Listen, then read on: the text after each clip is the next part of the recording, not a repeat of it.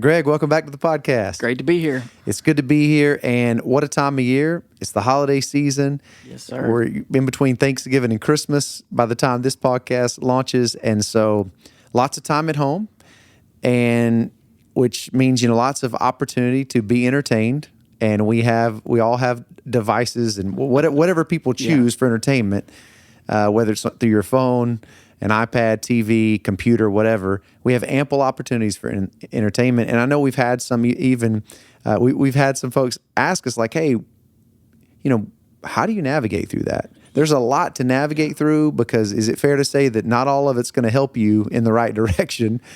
We can't just full take in and digest anything and everything. But certainly there's stuff out there that can be beneficial and be funny and be... How do we do that, Greg? Help us out. Yeah. Well, that's a big question. We'll have to break it down into pieces. Fair enough. It's worth saying right off the bat, and I've said this about other things. I think I've said this on this podcast even about like social media, technology, phones. I mean, neutral technologies. I don't think they were birthed out of, anything nefarious. And so I think the challenge for parents, certainly when it comes with kids and all those technologies, I think you have to take a step back and admit they're not going away. They're here to stay. Phones are here to stay. Being able to stream entertainment into your living room rather than having a cable package or whatever, that's changed. It's here to stay. All these forms of media, even the movies, they're all here. And so I do think the challenge for a parent is you're going to have to think through at what age is such and such appropriate, what's our standard, where's the line. If you're not already thinking strategically, if you've got a little child in your home about some of these things, I think you're probably behind the times and you're going to, I know what's going to happen. You're going to get blindsided and you're going to make a lot of mistakes that are hard to dig out of, I know.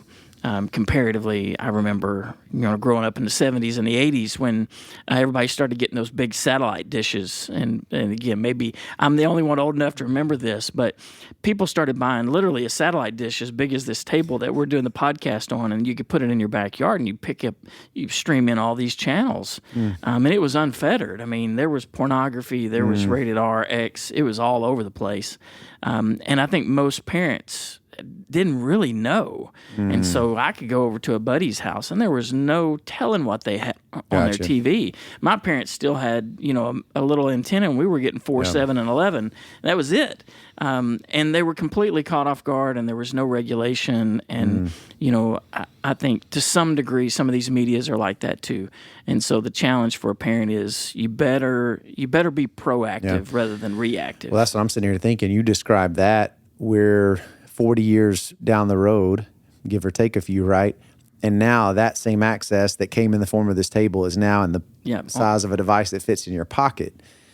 With left unfettered, it's anything and everything. Yeah. Right? So how do we do that, man? That's big. I guess I'd love to ask you, we've said before, and I think we even did a podcast on convictions versus commands, right? Like that, I thought that was such a great advice, and I've always loved that about you challenging people to, hey, like what one family decides is acceptable might differ from the other, but also that can't be just an open door because there is a standard of God, right? Yeah. So how do you walk that balance? Because in other words, I don't want someone to be like, well, this is my personal conviction there's nudity. Well, I'm good with that. I was like, well, wait a second, because, right. So like, how do we, in other words, we can't just say, well, convictions aren't commands. So I'm not convicted over this. So I'm good. We can't just throw in that because that's not right according to God's standard, God's word. But also we don't want to go too far with it. And now we're judging people and looking down on them because. Yeah. Well, I think that's where the conversation has to start with intellectual honesty, which is, okay, all this stuff exists. It by nature, it's a neutral technology. So what is seen on it and in the age in which that is seen seems to be, I think we can all agree that's pertinent. The conversation we might have for what should a 10-year-old be looking at is different than what should an 18-year-old be looking at. I think we have to be intellectually honest about that.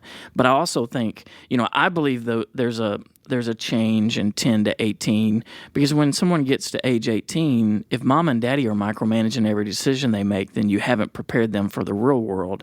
And so, of course, there's a lessening of parental authority as they get older, because the challenge should be you're now teaching them how to navigate these things on their own. And you've got to give them freedom at some point to do that, because, we see what happens when you don't.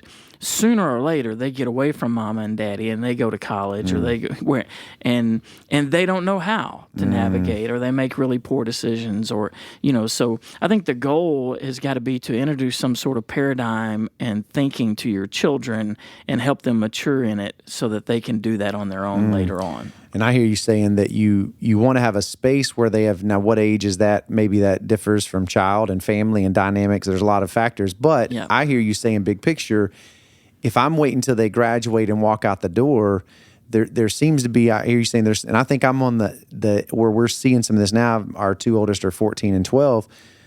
If you have some space for them making decisions now, I'm there to help kind of guide that a little. Exactly. We can have some conversations about it. Hey, tell me what you're watching. What's the value? Whatever that may generate. There's some window where I am there to help. Yeah. As opposed to cold turkey cut, and that's right. I'm not there anymore to help. Yeah, you have to lean into it, I think, because it's here. So that's what I'm saying. From an someone who says, "Well, my kid's never going to have a cell phone." Okay, how long can you guarantee that to be true? Yeah, maybe. For your sake, you literally can be an authoritarian and you can deny them access until they're 18 and they go off to college, or they're 21. I don't know what kind of control someone has over their kids, but you can only enforce that so long. And my point is, if it's a technology that the world has embraced and it's not going away, as a parent, again, if it's wicked, try to teach them to never. But if it's not wicked, if it's neutral, like what we're talking about, and just some of the stuff they access on it is wicked, then as a parent, you need to teach them how to fence that in for themselves.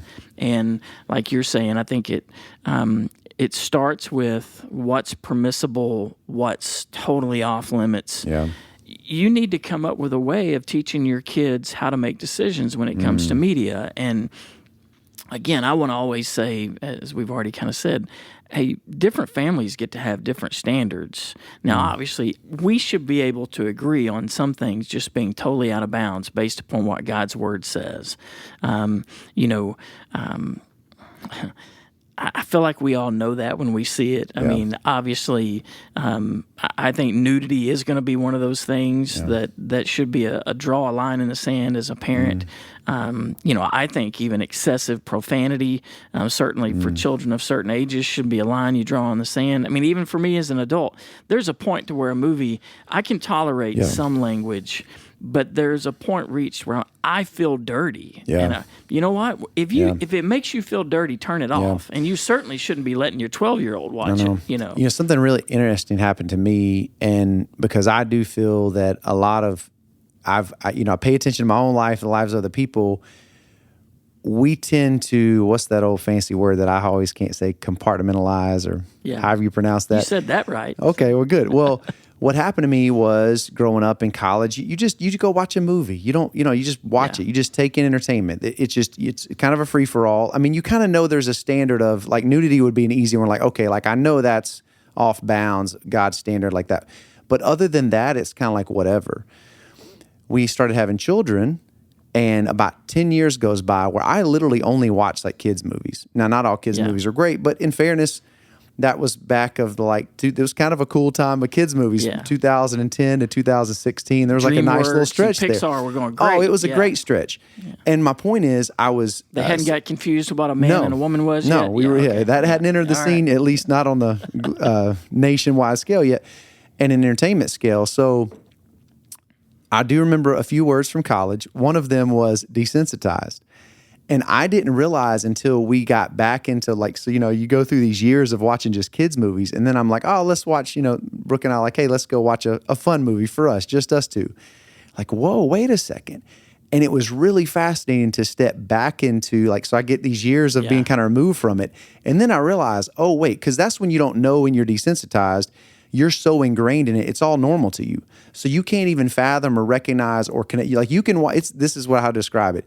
You watch a movie, you call it entertainment. It has all kind of even hints of sexual around. It might have nudity, but it's got a whole lot of profanity. Just the scale of what it's doing to your mind, it's impacting you, but you don't even see it because you're so ingrained in it just being normal. I'm fearful that I think a lot of people, had that not happened, I would have probably kept living in that world. So that kind of helped me reset my brain and kind of pay attention to, wait a second, like I was just, now not overtly wrong, right? Yeah. I mean, I was trying to, but just, it was amazing to me. That was a shift for me. Like, I never saw that. So I do, how do we protect ourselves from getting to a place where we're allowing things to come into our mind and heart and just chalking it up? Well, that's just entertainment. Yeah. Well, you said maybe this is not how you get to that place strategically, but this is one of the ways it happens. You began to have kids and you began to watch shows that you knew would appeal to your children and or be age appropriate. And that immediately put up a fence in terms of what you were watching. And I would just encourage any parent, the first real challenge to parenting in the area of like social media and movies and TV and entertainment is you're going to have to stop being selfish. And you're going to have to admit, I'm moving into a season where if I watch something that is just appropriate for me or say me and my wife, I can't do it with my kids around. Okay, and like for me and you, that became, well, that's hardly even that's really hard to do. We might have a date night and go see a movie that we knew our kids wouldn't enjoy and we wanted to. But in general, you have to make a decision that in the home, while my kids are young, I'm going to make sure they're only watching things that are age appropriate. That right there will help you in this journey because it'll help you desensitize. If you've gotten in the habit of watching stuff that I would argue too violent, too profane, then that kind of reset will already happen. Because, the danger is if you don't do that, your kids are going to walk through that room.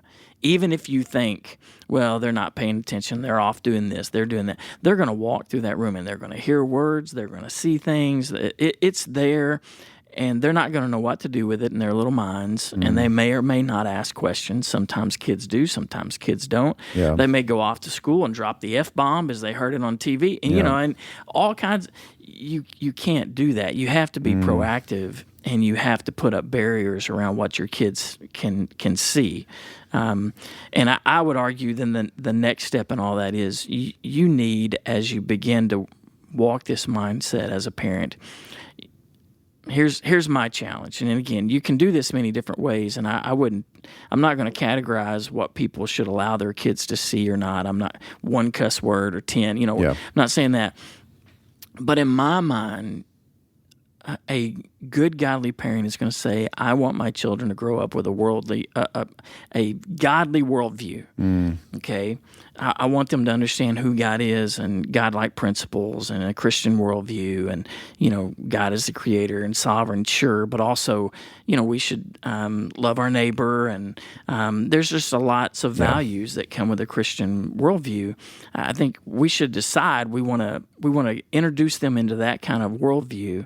And so even if they see something that doesn't complement a Christian worldview, you can have a dialogue about it and say, so what'd you think about that? Is that how you should treat your mother or your father or your neighbor or your friend? Do you think God was pleased by that? You see, if you can create a strong enough Christian worldview in your home, then you're giving your kids a lens by which to evaluate other media. And so that's the challenge, is to help them understand who God is well enough that then as they get older, they can evaluate stuff for themselves. The problem is parents don't do this. They don't introduce a worldview. They don't dialogue with their kids. And then their kids reach an age where they're just getting saturated with all this stuff, and they don't know how to filter it or what to think about it. I'm saying if you do enough work on the front end developing a worldview, then you can actually relax a little bit about what tries to get in, because your kids have their own barrier. But if you don't create that at all, then you better be careful, because there's no... Yeah, you have a 10-year-old who has a phone with unvetted, whatever, the complete access, and they're just sitting in their bedroom even, just who knows, right? I mean, just, It could be TikTok until 2 a.m., I've met college students, they're TikTok until 4 a.m. And I'm like, I don't know how you're alive right now because you need rest. But I'll say from personal experience, my family growing up, my parents were they were hardworking, godly. I would even say, by most people's perspective, simple people.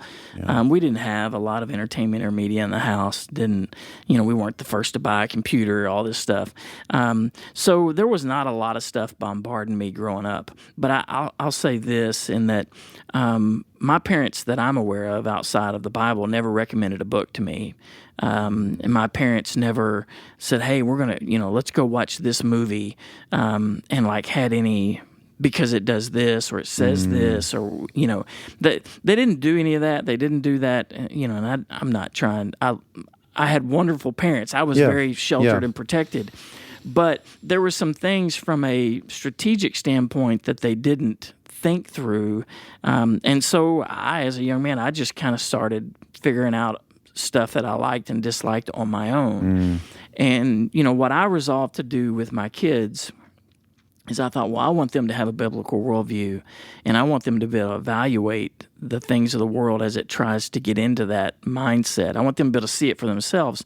So I thought, the best way to do that is not to tell them what they can and can't watch in the sense of, but to introduce to them things that I really want them to watch. And not say, hey, you got to come down, you got to sit here and watch this, But it was more of, hey, this is, as a parent, when your kids are young enough, you can say, hey, this is really, really good. Sure. You're going to love this.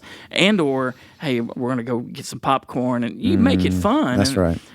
But certainly if you pick things that are actually entertaining and have value, your kids are going to begin to want to do that. And so I strategically introduced them to the movies and things that I wanted them to see.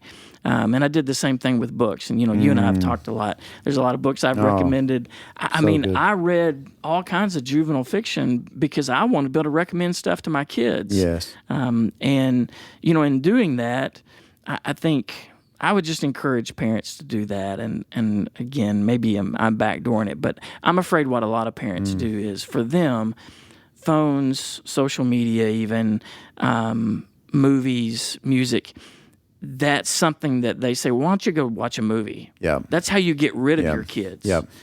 So that you can have peace and quiet. Well, if that's what you're doing and you don't know what they're going to watch, you're using it as a tool, and it's probably going to have negative repercussions. And my thing is, there's certainly people out there through the movie industry that wants to influence your kids in a way you don't want them to be influenced. You're going to have to be more proactive than that. If you want them to go watch a movie, why don't you give them some really good options? Do some homework. And there's all kinds of sources we can talk about. No, that's great. Well, and that's great because I think you just nailed it when you, and that's probably hard for people to accept, but one thing in life, we got to admit when we're wrong. And, some people are probably living in a blind spot. Entertainment's a selfish thing. So they're just going to give their kids, here you go do your thing. Now I get to go do mine. Yeah. And to your point, that's not going to go anywhere good. And I also hear you highlight, which is fair. In this conversation, it could easily be a glass half empty conversation, but I appreciate you bringing the other side of the coin is, there's a entertainment, to your point about it being neutral, so it means you can have both. You can go whichever direction you want to go. There's some very redemptive stories out there through the form of entertainment, short stories, animated series, movies, documentaries. There's some powerful things out there, whether some of them are fun, some of them are playful, some of them are sad, but all of them can communicate good biblical worldviews that helps frame and entertain, but also just drive some things home in a very real life way that connects. Yeah. And so I love the challenge of knowing that that's kind of a discipleship tool we have in the home. But most Christians do what I say most. A lot of Christians have made the mistake over the years of if we see danger with something, we're just like, oh, no. Let's not do that, right?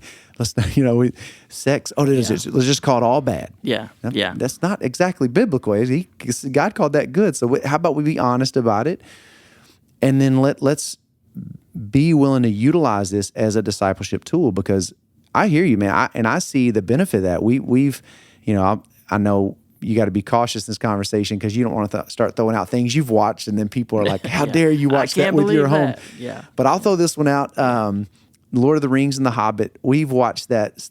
We've watched that probably more than anything else in our home. And yeah, you got live action, not just the cartoon versions, right? Yeah, well, I want to go now. You probably haven't seen the cartoon versions, have so, you? So I think Canon Press just released the cartoon version of, which is I logged it in my brain. Like I got to go watch have this. The Hobbit. The Hobbit. Now. I was like, we got to watch that. Yeah. But no, there was the live action ones, which some people don't like. I've always enjoyed those. My kids watched those in their entirety by the time they were like 4 or 5. Yeah, so I'll just no, go it's ahead great and admit I think it's hilarious because and heads are rolling in that movie. You got all kind of crazy stuff happening, and at some point I'm wondering, is this? Because I actually think some of those. Come on, what are the bad guys' names? I'm drawing a blank. Yeah, like some of those dudes are scary. I'm like, but they were good. It's like others random stuff in a cartoon would scare them more than that. Yeah. So anyway, we always had a lot of fun. But I'm with you. Like a good night of making some popcorn. We do this little thing. It was one of my buddies when I was overseas taught me this trick. I don't know if y'all. So you take the pan and you put oil in the bottom and you put the kernels in and you slow cook it and make some real popcorn. Put some real butter, some real salt in there.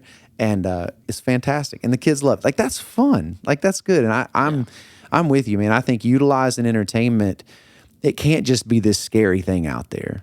Like there's too many good things to be had from it that we need to embrace it and use it in the home. Absolutely, and I think that's a good example of of course, I'm a Tolkien nerd, and his worldview is, I think it's our worldview. It comes from a very Christian perspective, and you can find symbols or types of Jesus all through the Lord of the Rings.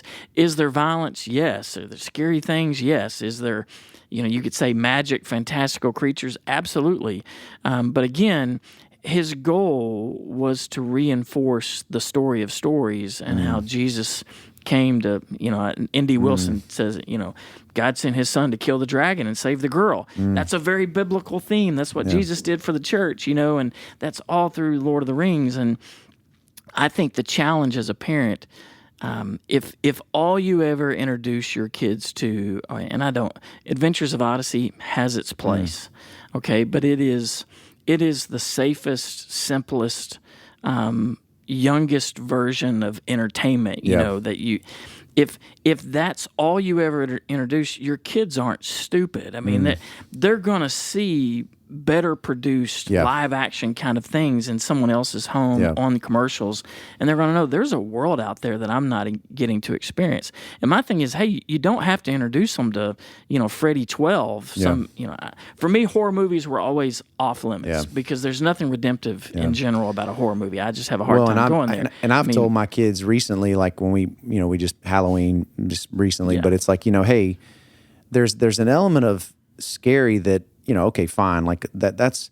But most horror films, this was when I was living here in my early 20s. They took a shift towards demonic and sexual immorality. It with very occult. Super dark, and that's when I was like, I'm done. This is not like even. We're not trying to be suspenseful anyway. This is we've jumped the shark. Shelob and Lord of the Rings, scary enough, and Gollum even at times, and there's plenty of jump scenes and jump scares. But that's my thing is you don't have to go to the nth degree, but you've got something like a Lord of the challenge as a parent. People may not like Lord of the Rings like I do. Sure. Find something with a biblical worldview that's well done and well produced. And there's more than, the Narnia series that came out almost 20 years ago. Really well done. The first few movies all the way through Prince Caspian were fantastic. Well, Voyage of the Dawn Treader was good too. Live action, well acted, well produced. Man, let your kids see that kind of thing so that they're not feeling like, oh, it's the forbidden fruit. What's behind the door? You're creating lust there. I think if you just act like there's nothing... I don't know. Kids are smart. So strategically introduce them to things that aren't afraid. My thing was the world's a scary place. Bad things happen. There are wicked people. I want my kids to see what the good guys do when life is hard and when they're having to fight and it's a challenge and to see that it's worth sacrificing yourself. And you know what? To show that, which is what Jesus did and pushing back, having a movie like Lord of the Rings where there's violence and there's opposition and there's wickedness, it helps bring those themes out.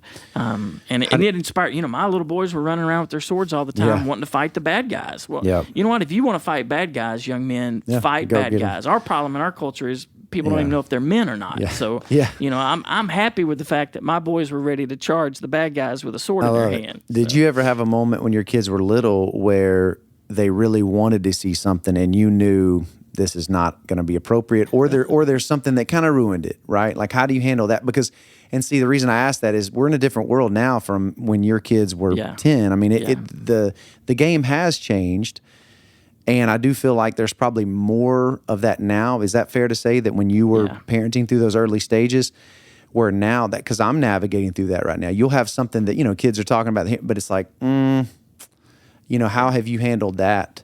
When you, or how would you encourage people now that the game's changed to some degree? Is that, you know what I'm saying by that? Like, they're going to throw in one or two scenes there that are just overtly obvious, where I'm like, really? Like, we had to ruin the movie like that? Why do we have to go there? How do you handle that? Well, there were a few movies certainly that 95%. This conversation went fast. It did, man. This is good. I'm entertained. Yeah, like 95% of the movie's fine, and you got one or two scenes. I wasn't afraid to like do some of my own self-editing, or even stop a movie and say, "Hey, you are gonna have to give me a minute. I'm gonna fast forward through something." It's okay for them to know there's objectionable stuff, and you're skipping it. But also, I would just say this, especially because we need to wrap up. As a parent, you better learn to be the bad guy, and you better have a plan, and it's your job to know what's age appropriate for your kids. I don't let somebody else tell me, what's age appropriate for my kids. It's my job to know, and it may be different for my kid or your kid. And let's be honest, everyone's firstborn probably was exposed to things at a different rate than your third or fourth born, know. And if you have a wide separation in your home, your youngest is getting exposed to things through your oldest on a rapidly different level. It just happens. But it's your job to know and to discern and have a plan. And guess what? That means at times you're going to have to be the bad guy. That's a good word. Don't have kids if you don't want to be a bad guy. Well, and it could be like this too, because that bad guy might be that, hey, guys, I've said this, I'm like, hey, that sounds like, I know there's probably some really cool moments in that movie. But you know what? And I'll just say, be honest about what's in there and be like, just not worth it. Yeah. But and because also, you allow them to go to the movies some, and you've let them see some they're things, good with it. That's right. They trust you. Now, the other day I had this happen, and I won't say what movie for the sake of peace or whatever. It's not horrible. I'm good with it. If anybody want to ask me, we can talk about it. But I knew it was appropriate for my 12-year-old boy, but I was like, 10 and 8, probably not. Right? So I took my oldest son, who is 12, and his friend, called the dad, said, hey, thinking about going to this movie. I read up on it. Here's kind of some things that are in it, but how do you feel about it? He's like, I'm good with it. So I took those two guys, went, but I did not. So I was kind of a bad guy to my younger boys, because like, why wouldn't you take us? But I just, they were good with it. I think that's the other thing. I think as a parent, privilege of age. Sometimes we fear like the bad guy's going to mean they don't, and you've said this, we're turning this into a parenting episode real quick, but it's not you've said this and I picked it up. I like it, that it's not my job for my kids to like me. Yeah. Like, I love that. But then what I've heard you also say is down the road. Now you've got a great relationship with your kids, but early on. So that did not hinder my relationship with my two younger boys. No. Like, they were just, it rolled. They were perfectly good. Were they maybe a little disappointed? Like, I don't get to go to the movies with Dad, but they're good. We're good. We're great now. And it's crazy. People act like, well, I'm never going to say no to my kids, or the culture. The cult. You got to be 16 to drive. In general, you got to be 18. You have to register for the draft. You can't drink until you're 21. Hey, the culture has all. Age is a marker, and it's okay to look at your kids and say, when you're older, or this is where it gets dangerous. People are like, well, when you're older, well. They're going to ask you, how old? Yeah. You better have an answer for them, or I'll just know. If you can get away with that, fine. But, you need to be able to have an honest answer to that. And I don't know. And you need to be prepared that they may not like it. But, again, if you want to be liked when they're 6, 8, 10, you're going to be miserable, because you won't always be liked. If you're always liked, you're not a good parent, in my opinion. No, that's good. And I think bringing it back to full circle for our entertainment, is it fair to say that if there's things, if you were just unleashed whatever, your kids are going to learn from that too? Yeah. So there should probably be some things that we're saying no to. Like there has to be a filter there, and that's why I'm thankful for the. Yeah. Well, I would say this. Here's something strategic you can do, and I know we can wrap up. Take, say, the Christmas holidays, sit down with your husband, your wife, and make a list of the movies that you enjoyed the most as a kid or even as a young adult, the books you enjoyed the most. If you don't have anything to put on the list, ask around, ask some people you trust. Come up with a list of things in a general age by which when it would be appropriate to expose your kids to it, and say, if nothing else, I'm going to be strategic. That's and I'm good. going to say, hey, let's watch this weekend. I hear you, but you're saying don't just let entertainment come to you. Correct. Drop it in. Be proactive. Get after it. That's great. Yeah. Find the ones that made a huge impact on you in a positive way, and man, like watch that with your kids. I love hearing you say that. I've not done that, but I've in part I have. I love that. I'm going to do that. I love that challenge. In part, I've logged certain movies. My boys aren't old enough yet. I'm like, that movie right there. I don't know what age, but we're not there yet. But it's like, man, that's quality. Like they need that, and so I think that's a great. I appreciate you sharing that. I think that's incredible. So. Well, it's a great, entertainment's there, and, there are such good stories, and so you don't want to miss out on those. That's why I thought that was a cool ending for you to challenge us. Hey, go back, identify the ones that have made an impact on you, because I feel like in fairness, what we do is we just kind of take in and we just wait on what's next. Yeah. So like we're living in what's coming out. We never think to go back 10 years I hear too ago. many people say they're not making good movies anymore. Well, duh, you can. I still have DVDs at my house if I want. We got some great you movies. You can rent, something produced in the 40s. It's available. That's great. So, okay, that's good advice. Well, hey, thank you, Greg. I appreciate the challenge. I think that I hope we were balanced in that. Every home's got to figure it out. I certainly hear you saying that, and that's a great challenge. We're in different seasons of parenting, and we have people all across the board in our church, but I think that utilizing it as a tool and knowing that, sure, dangers and sure, some horrible stuff, but also some pretty cool redemptive things too. So got to make the most of it. Well, God bless you, my friend. Hey, same to you. Until next time, God bless.